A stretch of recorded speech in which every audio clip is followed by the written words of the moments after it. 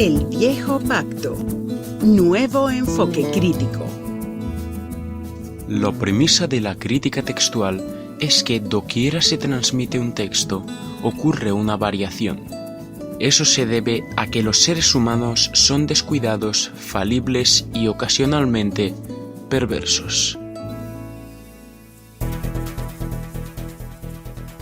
La publicación de la nueva evidencia arqueológica surgida por la desclasificación de documentos de Qumran, juntamente con la reevaluación y nuevos análisis de textos previamente publicados, han confirmado que el criticismo textual es un área de investigación dinámica en la cual muchos puntos de vista cambian a causa de los estudios generados por el descubrimiento de nuevos documentos.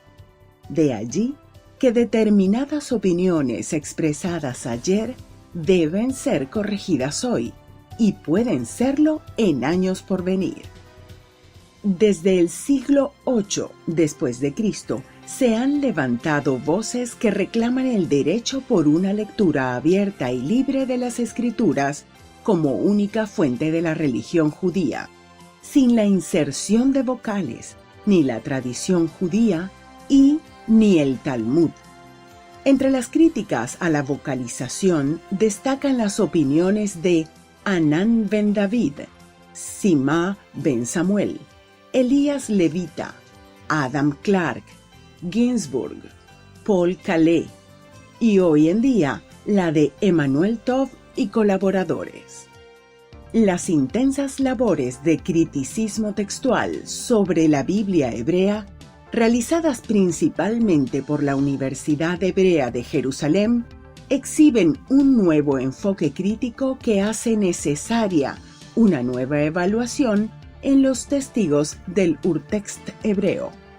La urgencia de esta revisión se ha hecho particularmente manifiesta por los hallazgos del desierto de Judea y los textos bíblicos, hoy desclasificados para su publicación, por cuanto, en ciertas áreas, el aprecio de estas publicaciones ha modificado sustancialmente las fórmulas clásicas de investigación y, a su vez, han producido cambios significativos en la consideración de crítica del texto hebreo. Contrario al caso del texto griego, el interés por recuperar la forma original de la Biblia hebrea es un deseo relativamente nuevo en la historia de la investigación textual. Desde el descubrimiento en 1947 de textos hebreos y arameos en el desierto de Judea, datados aproximadamente desde 250 a.C.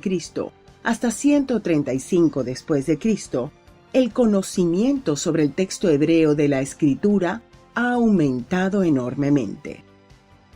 Es importante recordar que hasta el tiempo de dichos descubrimientos, con la excepción del papiro Nash, no se conocían textos antiguos de la escritura hebrea y aramea. Por consiguiente, los manuscritos masoréticos de la Edad Media eran considerados como la fuente más antigua de las lenguas originales, y así, la investigación textual previa a 1947 estaba basada en copias de textos hebreos y arameos realizados 1200 años después de la composición del canon hebreo. Por lo tanto, el descubrimiento de muchos textos hebreos y arameos en el desierto de Judea, que datan de hace 2 milenios, ha logrado avances significativos en el conocimiento de testigos antiguos y en el procedimiento de copiado y transmisión textual. Este nuevo conocimiento necesariamente ha cambiado la comprensión del texto de la Escritura Sagrada y, en consecuencia, la perspectiva para una nueva introducción a la crítica textual, no reflejada en las introducciones escritas hasta hoy. Estos nuevos descubrimientos no solo han añadido nuevos datos, lo cual es su principal y más importante objetivo, sino también, al mismo tiempo, han evidenciado la necesidad de un nuevo enfoque respecto al texto que se conocía antes de 1947. En el caso particular del texto hebreo, muchos de los cambios introducidos por los escribas no pueden ser imputados a ninguna influencia externa. Estos cambios probablemente derivaron del contexto mismo y reflejan un deseo del copista para adaptar el texto a su propio entendimiento o a una determinada tradición exegética conocida por ellos. Como regla, estas dos posibilidades no pueden ser separadas. A esta altura, y en virtud del enorme prestigio del texto masorético, es importante entender que los puntos vocálicos y acentos no conforman, como en el caso del griego y otros idiomas, un mismo bloque con el hebreo consonántico original de la Biblia. Estas vocales fueron insertadas por los masoretas, o comentaristas, a partir del siglo VI de nuestra era, fecha en la cual los caracteres paleohebreos primitivos ya habían sido hace muchísimo tiempo sustituidos por las letras cuadradas arameas. Los masoretas fueron además los más dilatados comentaristas de la palabra de Dios, algo similar al traductor dinámico de hoy día. Lamentablemente, el sistema de vocalización es un comentario continuo, insertado en el texto hebreo de la ley, los profetas y los salmos. Sus puntos vocálicos y acentos confieren a cada palabra en la cual son puestos un significado particular, que en su estado simple, multitudes de ellos en ningún caso conllevan. Las solas vocales añaden conjugaciones enteras al lenguaje. Este sistema es uno de los comentarios más artificiales, peculiares y extensos jamás escritos sobre la palabra de Dios, porque no hay una sola palabra en la Biblia que no haya quedado sujeta a la influencia de esta particular clase de glosa.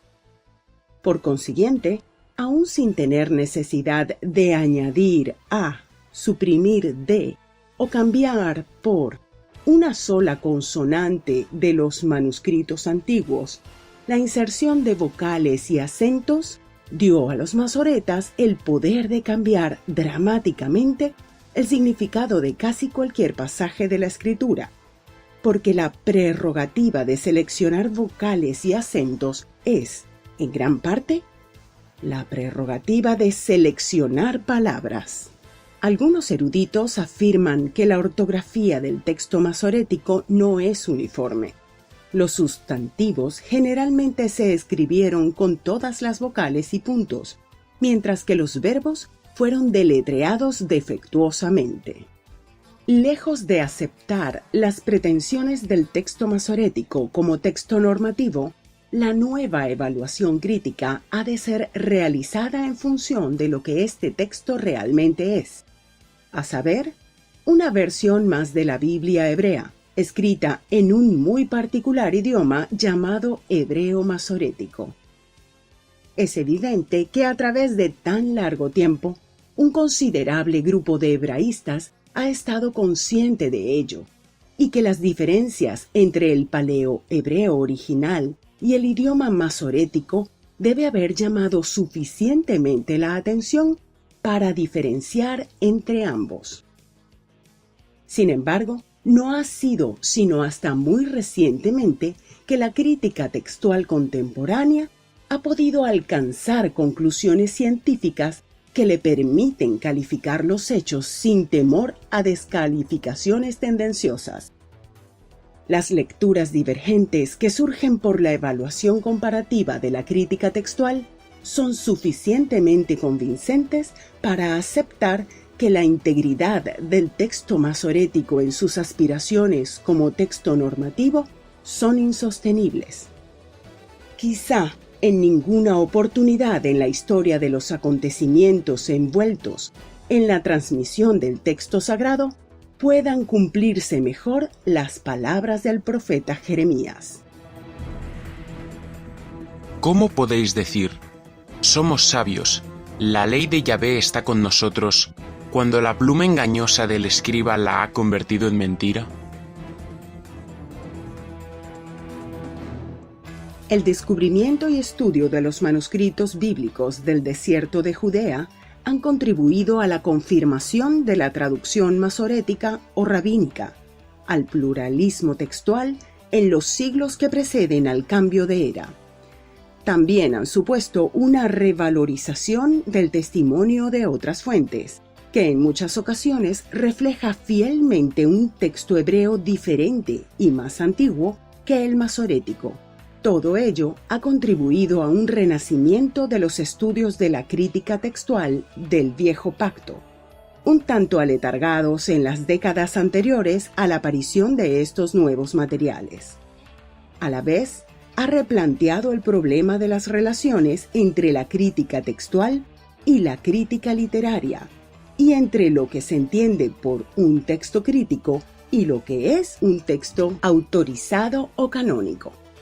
El texto hebreo de Qumran comparte estructura y sintaxis con el texto masorético, pero difieren en la ortografía, fonología, morfología y léxico.